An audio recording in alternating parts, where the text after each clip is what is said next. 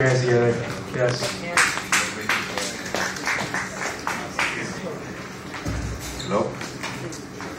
I am, amongst many things, I'm amateur writer and just became an independent publisher. First book I wrote was a Puerto Rican slang dictionary. It's got a bunch of curse words and stuff, but I don't think there's many Spanish-speaking people here. So, started writing poetry when I was a kid. I haven't been a kid for a while, and at least outside. This is from a book I published called Poesía Boricua. Boricua is means Puerto Rican. It comes from our Taino Indian name for the island. The original name for Puerto Rico thousands of years ago was Boriquen, from the Taino Indians. So wherever you see this is our sun god from our tribe, that sign. And but I've written some stuff in English, so I translated one of the poetries. It's called Where. It's about a heartbreak. It says, where have you gone that when it rains, it doesn't rain anymore? It's just the wind crying. That in the desert of my heart, there's only a dying rose that only my tears water. I no longer ask why you left, nor when, till when, or for what I suffer so much. It's the dried up tears just soaked to give flavor to the rest of my life. Why won't the ones I shed for you dry up? It's no longer love, or hate, or scorn. It's a dried up feeling that fills me up and then leaves me empty. I know that someday, with the passing of time, destiny will let us brush. There won't be hate or love or breath, but we'll feel each other inside the other, and we'll laugh and we'll cry, and in that moment you'll discover that you made the wind cry.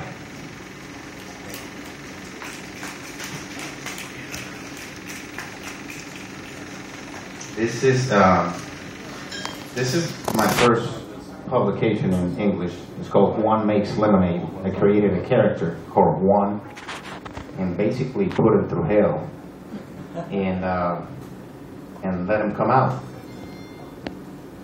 Here's Juan getting a prostate test. So you guys are too young for that, and if you stay alive long enough, you're going to get one too. If you're in UCF, biomed, then please devise a method that can tell without, just your blood. It doesn't use the Neanderthal method. Juan gets a prostate test. When Juan was married with his first wife, him and his wife had been trying to get pregnant but never succeeded. Juan's wife decided that they had to go and see a fertility doctor. Juan shows up at the doctor's office in the morning and fills out the paperwork and stuff. A few minutes later, the nurse hands Juan a little plastic vial and tells him to give her a sample of the semen.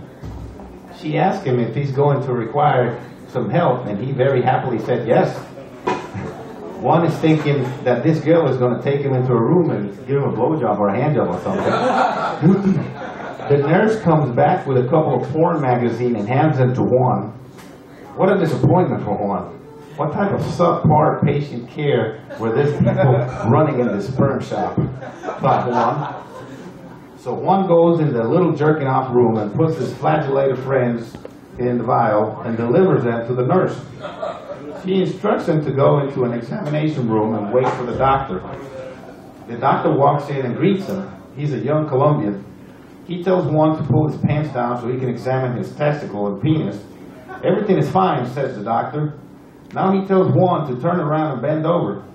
Here's where Juan has a problem. He tells the doctor that he is here for a fertility test and not a prostate test. The doctor says that the prostate test is part of it. Juan tells him that if he had known, he would have brought a negligee and a flower bouquet with him. So Juan bends over, ready to lose his virginity to this complete stranger who didn't even take him to dinner or paid him a compliment. Such rudeness. The doctor puts his gloves on and takes a handful of lubricant gel and plasters Juan behind with it. He then sticks his fingers up Juan's butt and starts poking at his prostate. As soon as Juan felt that inside him, he almost shit himself. He started yelling at the doctor, "Hurry up, oh shit on you, hurry, hurry, oh my God." The doctor finished and Juan told him that he had no idea how close he had come to being shit on. Juan cleaned the excess lubricant off his butt and proceeded to walk out that cubicle with his butt cheeks doing a weird dance due to the lubricant. Yuck, thought Juan. Everything was fine, said the doctor. He was very fertile and he could have kids. Now Juan knew that he was straight. He could never have a boyfriend. There was no way he could do the reverse dance. And to think that people think that you can turn into gay, Juan knew better. Gay people are born that way.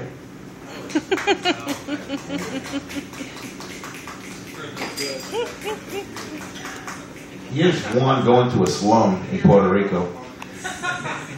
There's a slum in Puerto Rico called La Perla. If you go to Old San Juan, the Spaniards got there in 1493. And I don't understand this discovery business.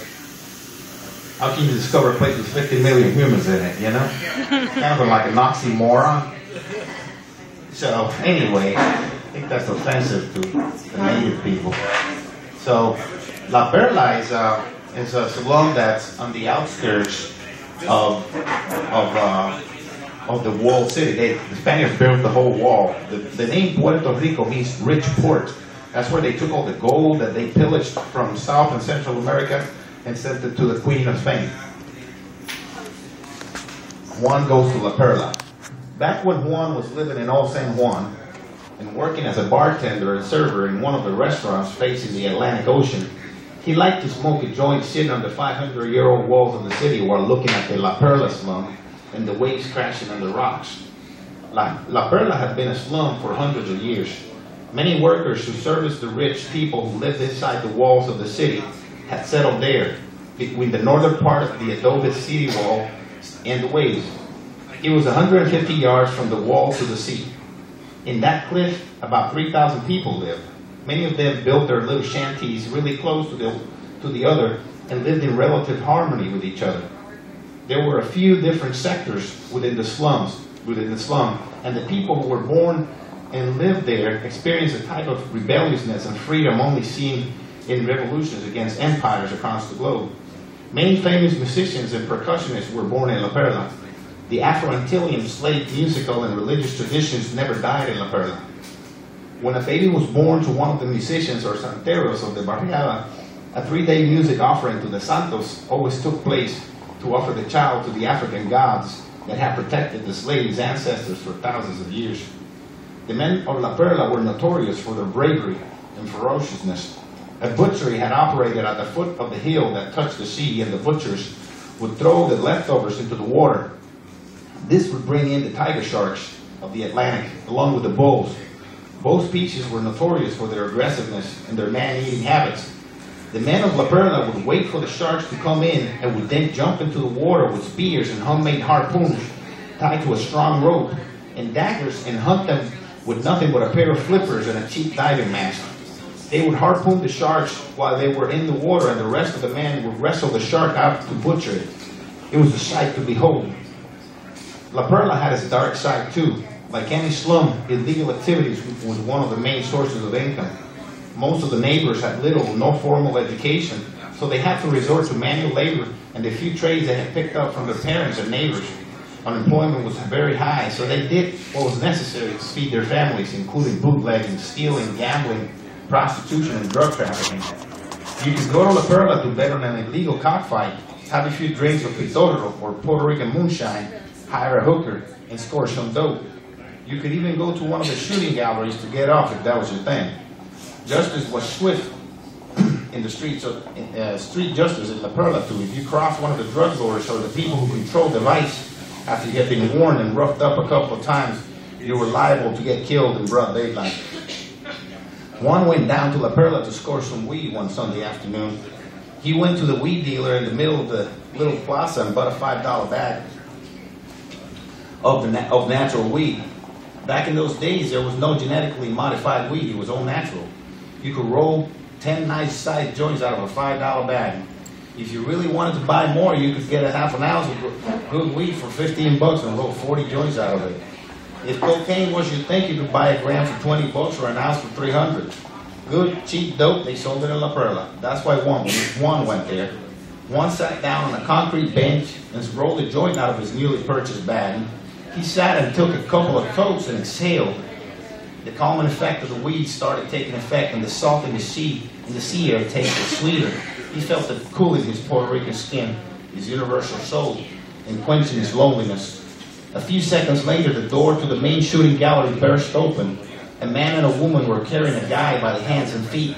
His head was hanging as if he was dead. He had overdosed on heroin. They had shot some saline solution into his vein to raise his blood pressure and counter the blood pressure lowering effects of heroin. It was not working.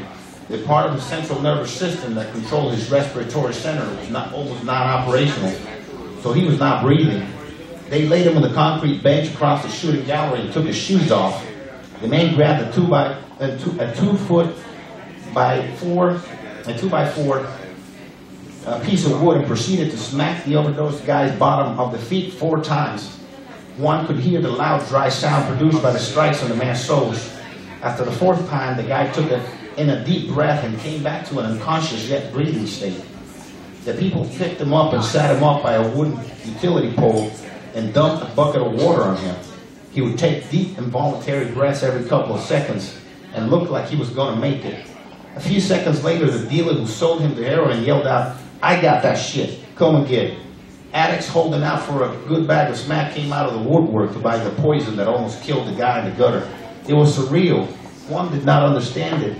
By then, he was not deep into his addiction yet, and such behavior did not make sense to him.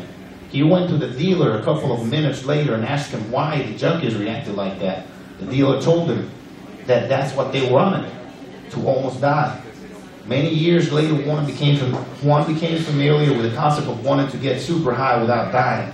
It dominated his life at the end of his addiction. People who have never experienced addiction will never understand, tells me Juan.